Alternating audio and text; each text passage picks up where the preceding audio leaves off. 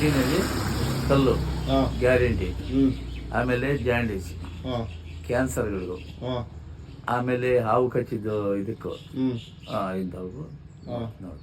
ಇವಾಗ jaundice white jaundice ಬಂದ್ರೆ ಅದು ಯಾವ ತರ ಕ್ಲಿಯರ್ ಮಾಡ್ಕೋಬೇಕು?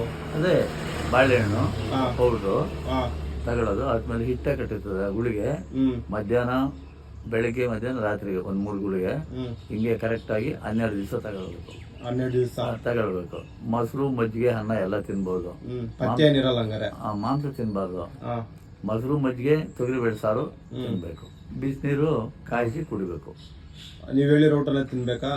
ಹಂಗಾರೆ ಪಥ್ಯ ಇರ್ಬೇಕಂದ್ರೆ ತೊಗರಿಬೇಳೆ ಅನ್ನ ತಿನ್ಬೋದು, ಮೊಸರು ತಿನ್ಬೋದು, ಮಜ್ಜಿಗೆ ತಿನ್ಬೋದು. ಇನ್ನೇನು ಅದಕ್ಕಿಂತ ಅಂತೀವಿ. ನೀವು ಮನೆಯಲ್ಲಿ ನಾಟಿ ಪೌಡರ್ ಮನೆಯಿಂದ ಮಾಡ್ಕೊಡ್ತೀರಾ? ದಿನಕ್ಕೆ 3 ಟೈಮ್ ಯೂಸ್ ಮಾಡ್ಬೇಕಾ? ಅದು ಬಾಳೆಹಣ್ಣಲ್ಲಿ ತಿನ್ನೋದು 2 ಸಾರಿ.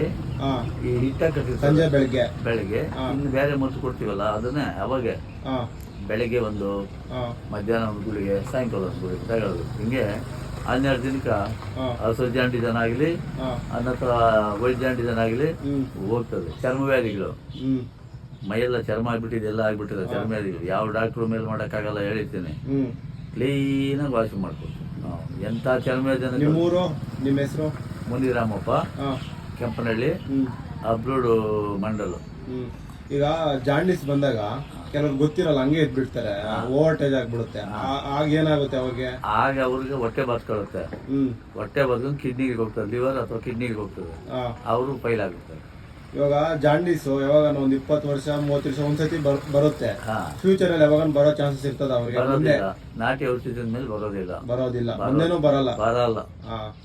ನಾಟಿ ಔಷಧದ ಮೇಲೆ ಜನ್ಮಾಂತಕ್ಕೂ ಬರಲ್ಲ.